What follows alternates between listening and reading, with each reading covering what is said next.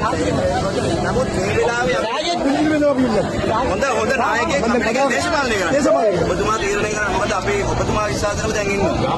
තව ඉන්දියාවක් තියෙන කොල්ලෙක් විතර උතුරේ උල තියන්නේ.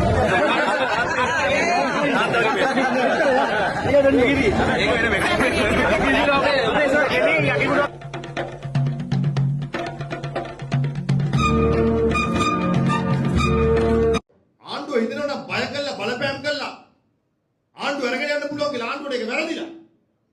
තවත් පැත්තකින් ජාතික අතර අරුබුදයක් ඇති කරන්න ආණ්ඩුව උත්සාහ කරනවා. හැම කාර්යයක්ම ආණ්ඩුව ජාතිවාදී බවට පත් කරනවා අපේ හම්බුනේ.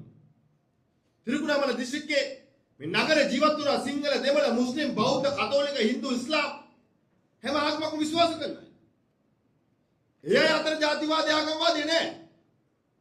ආණ්ඩුව උත්සාහ කරනවා. තමන්ට වාසි වෙන දැනට තමන්ගේ දේශපාලන න්‍යාය පත්‍රය ක්‍රියාත්මක කරන්න.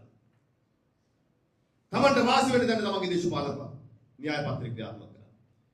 සුරේෂ් සලේ හමුදා බුද්ධ්‍යංශ ප්‍රධානී අද ත්‍රස්ත විමර්ශන පඩතෙන් ඇතුළට දාලා තියෙනවා.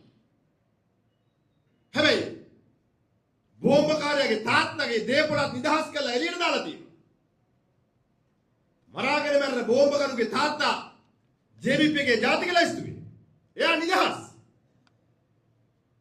ඒ කාලේ අපි දැන් දකින්න සමාජ මාධ්‍ය හඬපට යනවා. දැන් ඉන්න නිලධාරිය එදා කියපු එක අද කියපු එක සංසදනය කළ බලන්න.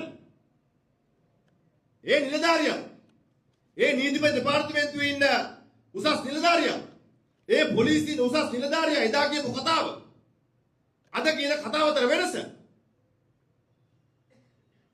එදා ජාතික ලයිස්තුවේ හිටපු කෙනා පිළිබඳව අද නොදන්නවා වගේ ආණ්ඩුව කතා කරන්නේ. ඔහුගේ නීතිඥවරයා අපේ පාර්ලිමේන්තු ලයිස්තුවේ කෙනෙක්. චන්දිල්ලපු. ත්‍රස්තවාදීන් වෙනුවෙන් පෙනී හිටපු නීතිඥවරයෙක් ඉන්නවා මේ ආණ්ඩුව ඇතුලේ. හැබැයි ඒ කාරණා පිළිබඳව ආණ්ඩුව නිශ්ශබ්දයි. බුද්ධ්‍යංශ වාර්තා හංගපුව පිළිබඳව පහුගිය කාලේ කතා කරපු නිලධාරී අද ඒ වාර්තා හංගපු නැති විදිහට කතා කරන්නේ. හැබැයි ත්‍රස්තවාදී වැළැක්වීමේ පනතෙන් හමුදාවේ හිටපු බුද්ධි ප්‍රධානියා ඇතුළට දාලා තියෙනවා. මම දැක්කා සංගීත කියන කිල්ලොච්චේ තරුණේ ප්‍රභාකරන්ගේ ගැන සින්දුවක් කිව්වා කියලා. ඔහු කීන් දාලා තියෙනවා සින්දුවක් කිව්වා කියලා කස්තුමාසෙන පනතේ. හැබැයි ජේවිපී එකේ ප්‍රාදේශ සභා මැතිවරණේ දමිලක අපේ හැමෝම සින්දුවක් කළා තියෙනවා. ඒ සින්දුවේ කතා කරන්නේ ඊළාම් රාජ්‍යයක් ගැන. ඊළාම් සීනය ගැන. ඒ සින්දුවේ කියවෙන්නේ ප්‍රභාකරන්ගේ ඉලක්කය පිළිබඳ. ඒ ඉලක්කය ඉෂ්ට කරන්න පුළුවන් එකම පක්ෂය ජේවිපී එක කියලා. හැබැයි ඒ සින්දුව අනුර කුමාර ජනාධිපතිතුමාත් අතවරනවා වීඩියෝ එකේ. ඊළාම් රාජ්‍යයක් වන්නේ. ඒ සින්දුව ජේවිපී එකේ පාර්ලිමේන්තුවේ മന്ത്രിවරු තමන්ගේ සමාජ මාධ්‍ය පිටුවල ප්‍රවර්ධනය කළා තියෙනවා. ඒ